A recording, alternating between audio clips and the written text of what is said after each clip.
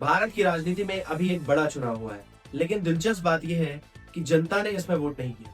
जी हाँ, ये वो चुनाव है जो देश की संसद और देश के कानूनों को प्रभावित करता है, लेकिन इसमें जनता की डायरेक्ट प्रतिभागिता नहीं होती। जी हाँ, मैं बात कर रहा हूँ राज्यसभा इलेक्शंस की। इस बार 10 राज्यों की 37 सीटों पर राज्यसभा चुनाव हुए। इसमें कई राजनीतिक चर्चित व्यक्तित्व शामिल हैं। नीतीश कुमार, नितिन नवीन जैसे बड़े नाम थे। हालांकि कई सीटों पर मुकाबला इतना आसान था कि कुछ प्रत्याशी निर्विरोध ही इस चुनाव को जीत गए। आइए जानते हैं राज्यसभा चुनाव कैसे होता है। तो राज्यसभा चुनाव लोकसभा चुनाव से अलग होता है। इसमें जनता द्वारा चुने गए विधायक अपने वोट का इस्तेमाल करके सांसद चुनते हैं, जिसे राज्यसभा सांसद कहा जाता है। तो इसमें जनता की डायरेक्ट वोट की प्रतिभागिता नहीं होती है।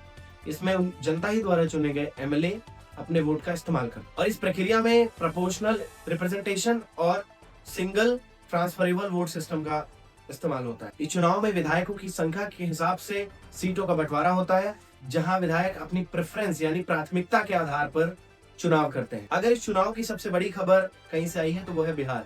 यहाँ पर एक अजब ही राजनीतिक ट्विस्ट देखने को मिला। चुनाव के दौरान कुछ विपक्षी सांसद मौजूद नहीं थे, जिसका फायदा नेशनल डेमोक्रेटिक अलायंस यानी एनडीए को साफ तौर पर मिला, और जहां पर राज्यसभा चुनाव एक कांटे की टक्कर माना जा रहा था, वहां पर एनडीए के प्रत्याशियों को एक तरफा जीत मिली। एनडीए ने यहाँ पे सभी सीटों पर जीत दर्ज। वहीं ओडिशा में एक दिलचस्प चीज देखने को मिली, जहां पर वहीं के विधायकों ने अपनी ही पार्टी के खिलाफ जाके वोटिंग करी। इस सिस्टम को क्रॉस वोटिंग सिस्टम कहा जाता है। राज्यसभा चुनाव सिर्फ सीटों का ही चुनाव नहीं होता है।